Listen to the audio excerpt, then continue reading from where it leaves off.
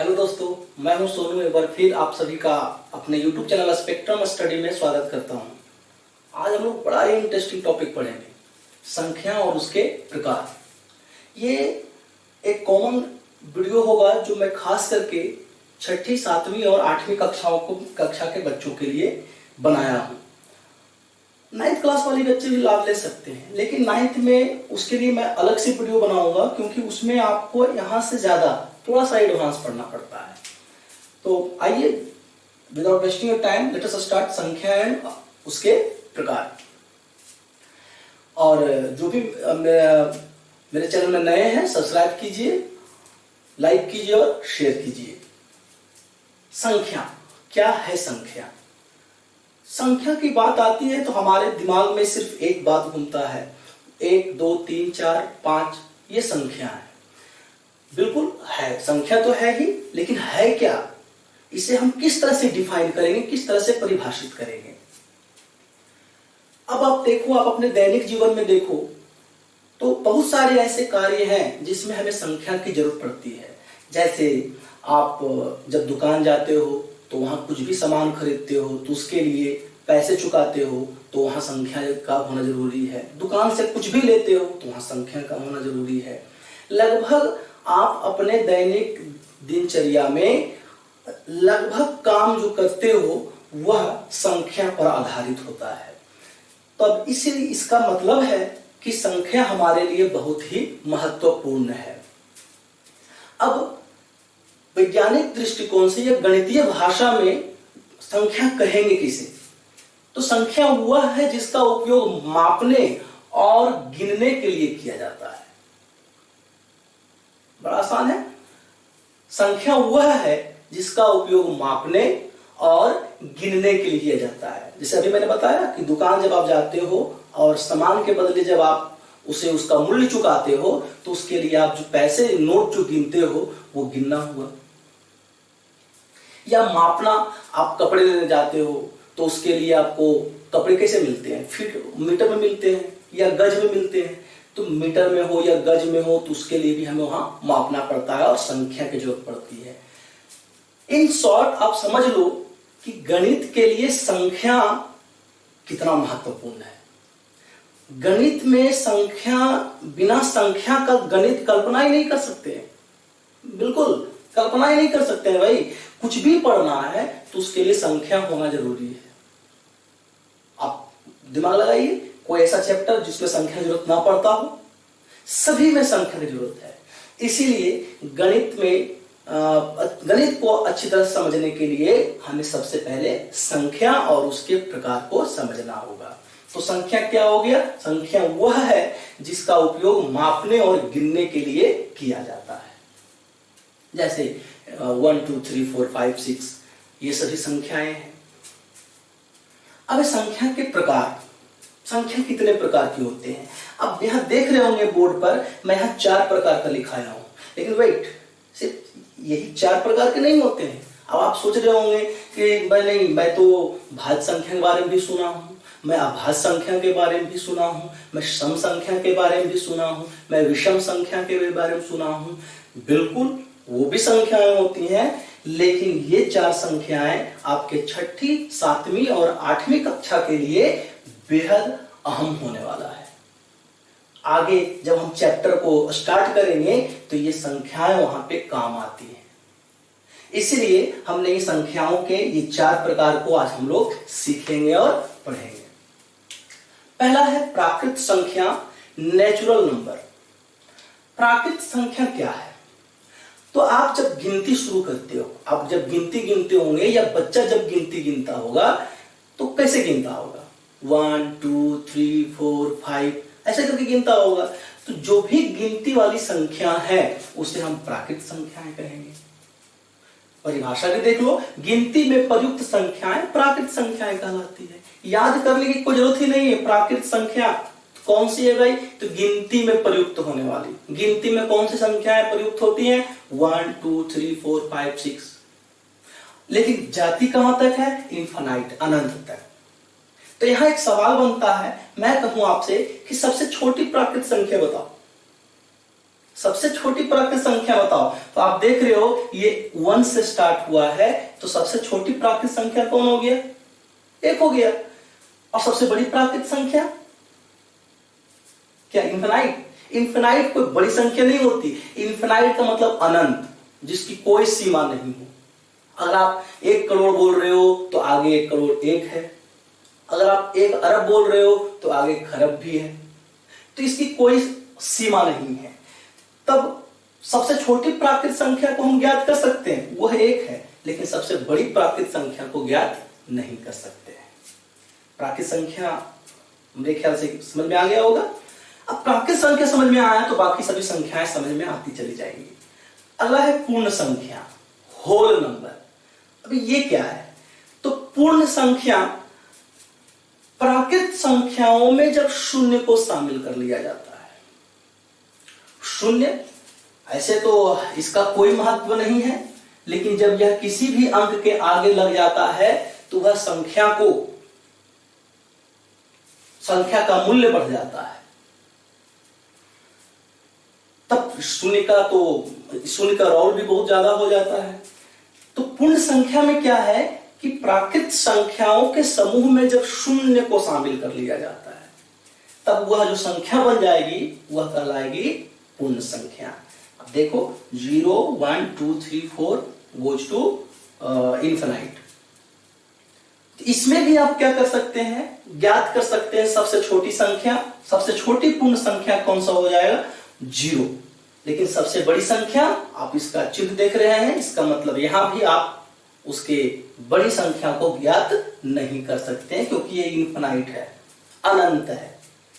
प्राकृत संख्या पूर्ण संख्या में बस 1 का अंतर है, शून्य का। प्राकृत संख्या में शून्य नहीं है, यह स्टार्ट होता है 1 से, और पूर्ण संख्या में शून्य शामिल है, इसलिए प्राकृत संख्या और पूर्ण संख्या में सिर्फ शून्य का अंतर है। पूर्णांक संख्या, अब ये क्या है? अब इसको समझिए। एक समीकरण लिखता हूं।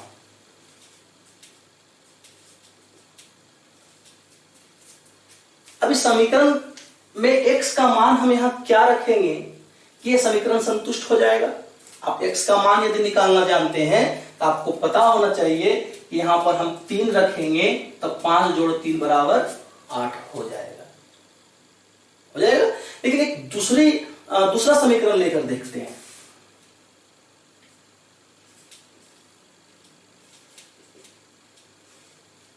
Five minus x equal to 8। अब यहां x का मान हम लोग क्या रखेंगे कि समीकरण संतुष्ट हो जाए? बताइए। हम लोग यहां रखेंगे -3। देख लो, 5 माइनस एक्स के जगह पर रखो -3, ये हो गया minus minus plus equal to 8। तो आपने देखा एक ऐसी संख्या जिसमें माइनस का साइन है, इसे भी जरूरत है मैथ में, गणित में। तो ये क्या है? अभी तक जो भी हमने पढ़ा वो सभी धनात्मक संख्याएं हैं, प्लस वाले संख्याएं हैं। तो ये माइनस संख्या अगर है, अस्तित्व है, तो फिर ये किस समूह में, ये कौन सी संख्या कहलाएगी? तो इसके लिए पूर्णांक संख्या बना, इंटीजर्स। इसमें क्या है कि यदि पूर्ण संख्याओं के समूह में ऋणात्मक संख्याओं को शामिल कर लिया जाए तो बनी संख्या पूर्णांक कहलाती है। बड़ा आसान है। ऐसे भी बोल सकते हो आप कि धनात्मक संख्याओं, ऋणात्मक संख्याओं और शून्य को शामिल करने पर बने समूह को पूर्णांक कहते हैं, इंटीजर्स कहते हैं। ठीक है, एक बार फिर से सुनिए, क्योंकि पूर्णांक जो है मैं देखा हूं भाई बड़ा ही डेंजर चीज है, बहुत ही खतरनाक चीज है। क्योंकि मैं ऑफलाइन में भी देखता हूं कि बच्चों को ये बहुत कष्ट देता है। बच्चों को समझ में नहीं आता है माइनस प्लस कौन बड़ी है, कौन बड़ी संख्या है, कौन छोटी संख्या है। इसे अच्छी तरह से समझना है। क्या कहेंगे? धनात्मक संख्याओं, ऋणात्मक संख्याओं और शून्य को शामिल कर लेने पर बने समूह को हम लोग पूर्णांक कहते हैं। या फिर यहाँ पूर्ण संख्या, तो पूर्ण संख्या में क्या हो गया 1 2 3 प्लस 0, तो धनात्मक संख्या और शून्य, बात एक ही है। और ऋणात्मक संख्याओं के समूह को जब हम उसमें शामिल कर लेते हैं तो इस प्रकार जो संख्या बनती है वह पूर्णांक संख्याएं कहलाती है। उदाहरण में देखिए क्या लिखा आया हूं, ये इन्फिनाइट से चलते आ रहा है और इन्फिनाइट तक जाएगा। इसका मतलब अब हम कहेंगे कि सबसे छोटी पूर्णांक संख्या बताओ, क्या निकलेगा? नहीं निकलेगा। क्यों? क्योंकि ये अनंत से चलती आ रही है और अनंत तक जाएगी। इसका अर्थ है ना तो हम इसकी छोटी से छोटी पूर्णांक संख्या ज्ञात कर सकते हैं और ना ही बड़ी से बड़ी पूर्णांक संख्या ज्ञात कर सकते हैं। इसे हम संख्या रेखा पर भी प्रदर्शित करते हैं और संख्या रेखा पर पूर्णांक को किस प्रकार प्रदर्शित करते हैं और परिमेय संख्या को किस प्रकार प्रदर्शित करते हैं, इसके लिए मैं एक अलग से वीडियो बनाऊंगा। एक उदाहरण के तौर पर मैं दिखाता हूं। यहां एक संख्या रेखा है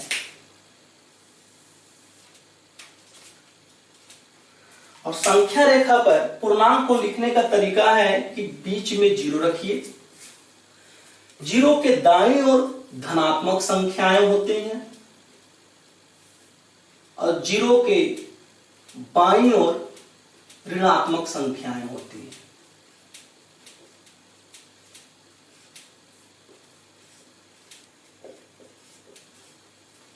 ठीक है, ये तीर का निशान बता रहा है कि ये इधर भी अनंत तक है और ये इधर भी अनंत तक जाएगी। तो ये हुआ संख्या रेखा, इस पर पूर्णांक को हम लोग प्रदर्शित करते हैं।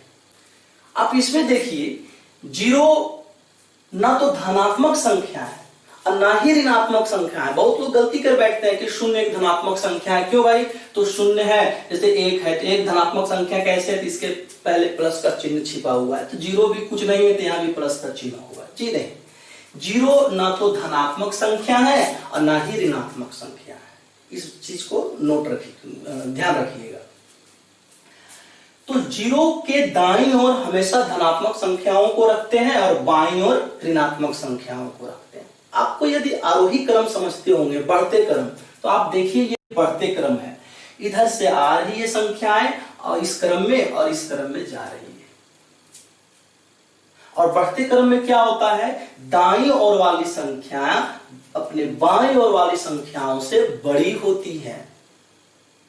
दाईं ओर वाली संख्या किसी को भी, अब 0 के ले लो, तो 0 के बाईं ओर कौन है? सभी ऋणात्मक संख्याएं हैं। तो 0 सभी ऋणात्मक संख्याओं से बड़ी है। अब 5 लो, तो 5 के दाईं ओर, तो 5 के दाईं ओर 4 है, बाईं ओर 5 के बाईं ओर 4 है, 3 है, 2 है, 1 है, ये सभी है। तो 5 इन सभी संख्याओं से बड़ी है। देखिए 4 5 से 5 4 से बड़ी है, 5 3 से बड़ी है, 5 2 से बड़ी है, इसी प्रकार 5 सभी अपने पीछे आने वाले संख्याओं से बड़ी है। तो इसका एक और निष्कर्ष निकलता है कि मैं यदि कहूं कि ऋणात्मक संख्या और एक धनात्मक संख्या ले लेते हैं और कहते हैं कि इसमें कौन सी संख्या बड़ी है, तो क्या आंसर होगा?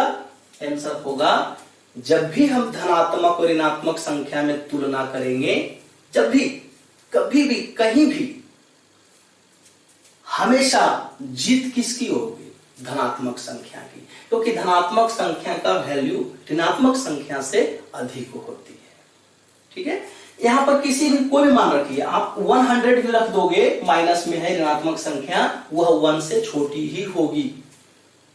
धनात्मक संख्या से कभी ऋणात्मक संख्या जीत ही नहीं सकती है। तो कंफ्यूजन नहीं होना है। मैं बच्चों को यही देखता हूं, वो सीधे सोचते हैं यहाँ 100 है, यहाँ 1 है, तो भाई 100 बड़ा होगा। नहीं, 100 है लेकिन 100 का मान ये माइनस में है, ऋणात्मक है, और ऋणात्मक कभी धनात्मक से बड़ी नहीं होती है। और दो ऋणात्मक की तुलना करो, जैसे -50 और -60, इसमें बड़ा कौन है? बड़ी संख्या बताइए -50 और -60 में। तो बहुत आसान है समझना।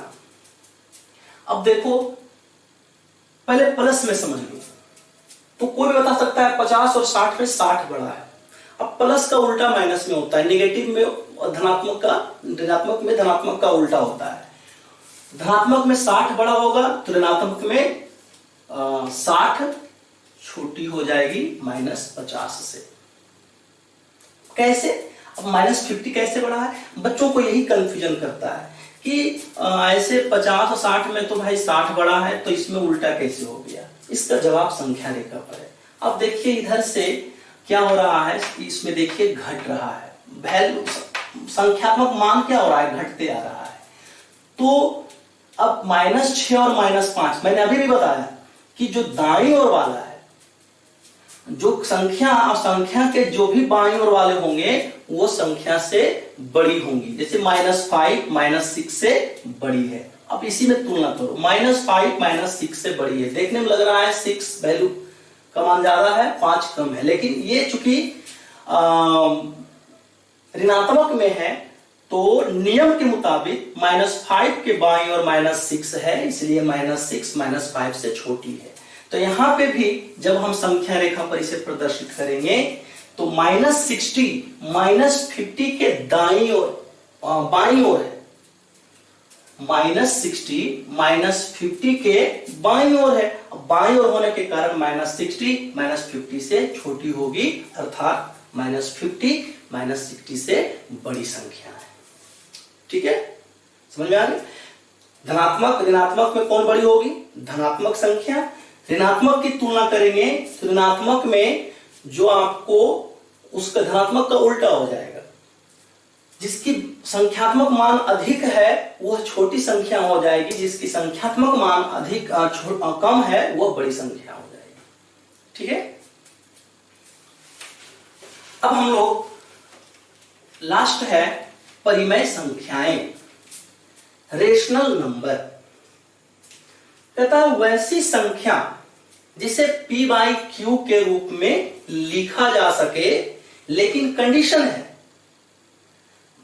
देखते होंगे टीवी वगैरह में सब चीज में कि इतना ऑफर है लेकिन नीचे लिखता है कंडीशन अप्लाई, तो यहां में भी कुछ ऐसा ही है। वैसी संख्या जिसे p/q के रूप में लिखा जा सके, कंडीशन अप्लाई। क्या क्या? p और q पूर्णांक है और q is not equal to 0। क्या क्या होना चाहिए भाई? ये तो होगा, लेकिन ये दोनों पूर्णांक होने चाहिए, यानी इसके अंश और हर p और q पूर्णांक होना चाहिए, और जो हर है वो कुछ भी हो जाए लेकिन 0 नहीं होना चाहिए। तब यहां देखिए आप, ये सभी जो लिखाया हूं ये सभी आपका क्या है? आपका परिमेय संख्या है। अब चूंकि परिमेय संख्या डिपेंड किस पर कर रहा है? पूर्णांक पर, और पूर्णांक धनात्मक भी है और ऋणात्मक भी है। तो इस प्रकार परिमेय संख्या भी धनात्मक होगा और ऋणात्मक होगा। अब देखिए ये ऋणात्मक परिमेय संख्या है, ये धनात्मक है, ये धनात्मक है। अब इसके बारे में समझिए। अब ये क्या परिमेय संख्या है? समझते हैं इसको। अब हम क्या इसे लिख सकते हैं 7/1?